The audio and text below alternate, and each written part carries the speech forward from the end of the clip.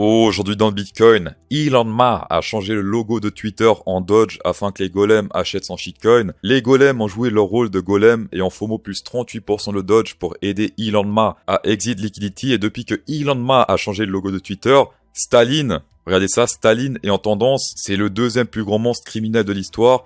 Est-ce que c'est lié à Elon Musk? Je sais pas du tout, je dis juste qu'on est en 2023, que c'est à nouveau la guerre et que Staline, c'est à nouveau la tendance. On va directement commencer par le classique avant que tout le monde oublie. Mon scénario ne change pas, ça fait très longtemps que je parle du fameux weekly. Si on va ici en weekly, qu'on met semainly et qu'on prend le top et le bottom, on peut voir que la zone 0,5 ici correspond à la zone de clôture et que sur le niveau actuel, le volume c'est 0, il n'y a que dalle. Donc on pourra très facilement monter jusqu'à la prochaine zone de résistance qui est plus ou moins 0,5, c'est-à-dire 31 910 $. Perso, le 0,5, c'est là où je vais prendre mon premier TP spot. J'étais rentré à 20 000. Alors pour ceux qui vont dire, ouais, t'as trop de la chance. Non, j'ai pas eu trop de la chance vu que je suis rentré dans cette zone-là. J'ai vécu ensuite le 25 000, 26 000. Ensuite, hop, pétage de gueule. Les fameux 15 000. Et ensuite, holdé. Et maintenant, je suis déjà à 50% de bénéf. 50% si on teste les 30 000. Sinon, c'est pas 50, bien sûr. Aujourd'hui, pour l'instant, on est toujours dans ce range ascendant. On a retesté 2 fois ici les MA 20, 2 fois. Et pour l'instant, on se fait rejeter à la hausse. Donc théoriquement, si on prend uniquement ces ranges, si on vire ici les EMA, target le top de ce range, c'est-à-dire environ 29 800, on est presque autour des 30 000 pour la target. Chose également intéressante sur le RSI, c'est ce range descendant qui fait office de jolis supports et de jolies résistances. Et on peut voir que ce support fait des résultats plutôt intéressants vu que là, support, on a fait un très joli pump par la suite. Ici, support, également pas mal de pump par la suite. Et là, on est sur le point de retester ce support et une fois plus, on se fait rejeter à la hausse. Et la target, la résistance, ça se passe ici autour des 68,43 sur le RSI. Tout dépend duquel atteindra d'abord sa target, soit le RSI, soit le Action Price. Également, chose très intéressante, c'est le Shoppiness Index qui annonce de la volatilité. À chaque fois qu'il rentre dans le rouge ici, eh bien, c'est volatilité à venir. Tout comme ici, hop, rouge, ensuite volatilité, rouge ici, volatilité à venir. Et une fois plus, on est dans le rouge et on est encore plus élevé que les 2 fois précédentes. Attention, vous faites pas avoir, c'est pas un indicateur directionnel, mais un indicateur de volatilité. On va passer sur une petite nuance, c'était par rapport à la FUD de ZZ il y a 2 jours en arrière qui a fait dumper pas mal le prix. Le Bitcoin a failli faire un double top avec le deuxième sommet un peu plus élevé. Suffit de voir ici, double top, légèrement plus haut, pétage de gueule. Encore plus dégueulasse ici, double top, légèrement plus haut, pétage de gueule.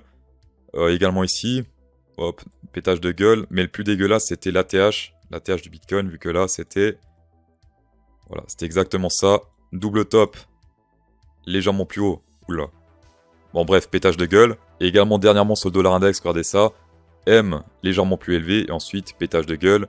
Donc j'ai tenté un short et pour l'instant c'est la sélection, regardez ça. Oui, le crypto sauce est transparent, donc là je suis à moins 250 $ de perte malheureusement. Mais rappelez-vous, over Ethereum on a fait un super trade la semaine passée. Et également sur le gold on a fait un très joli short également, c'était vendredi. Et tout ça fut partagé dans la vidéo de vendredi. Le short, ici on rentre dans le short et target c'est le bas de ce range. Over gold on peut voir que la target a été parfaitement atteinte depuis avant de To The Moon.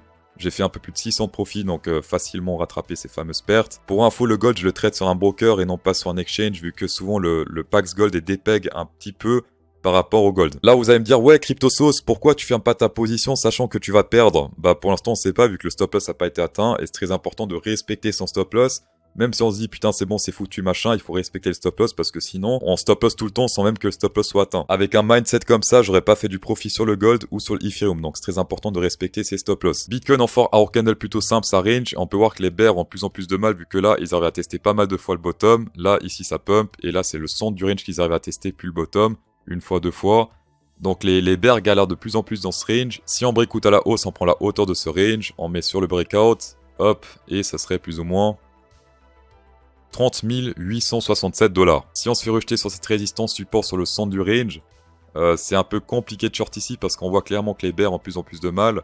Donc, suivez la tendance tout simplement. Et si on prend ici les MA, tendance haussière, on a fait quelques fake-out à la baisse, mais la tendance, grosso modo, reste haussière. Sur ce graphe, on peut voir qu'il y a beaucoup de liquide au nord, beaucoup de rouge au nord, donc intéressant pour les exchanges de monter dans ces zones. On a une visibilité jusqu'à environ 29 500, mais pas plus au nord malheureusement.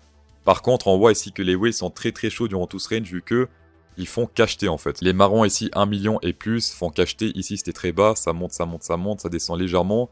Ça monte toujours plus, toujours plus, toujours plus. Et là c'est en train d'exploser totalement. Pendant que les planctons 100 à 1000 sont pas du tout chauds, au contraire ils vendent. Regardez là c'était très élevé. Là ça fait que descendre, que descendre, que descendre et ils sont très bas.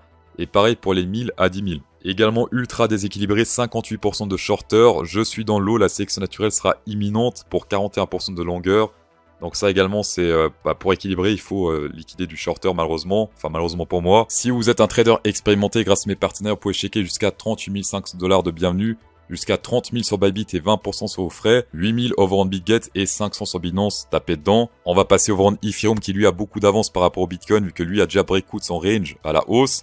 Et la target n'a toujours pas été atteinte vu que c'est autour des plus ou moins 1989 $. Pourquoi le CryptoSauce est sorti si tôt du trade Ethereum? Simplement pour rattraper l'erreur que j'ai faite sur le trade Bitcoin, pour équilibrer les gains et les pertes du trade, pour rester sur une sorte de break-even on va dire. Mais en tout cas pour ceux qui n'ont pas fait de boulette comme moi, target autour des 1989 $. On va passer au gold qui est en train de skyrocket totalement. C'est ce qui arrive quand on appuie sur le bouton imprimer des dollars et qu'on s'appelle Gilbert Montagnier. Le résultat semble assez incroyable vu qu'on est sur un bull flag gigantesque. On prend la hauteur ici, on met ça sur le bas du range du bull flag.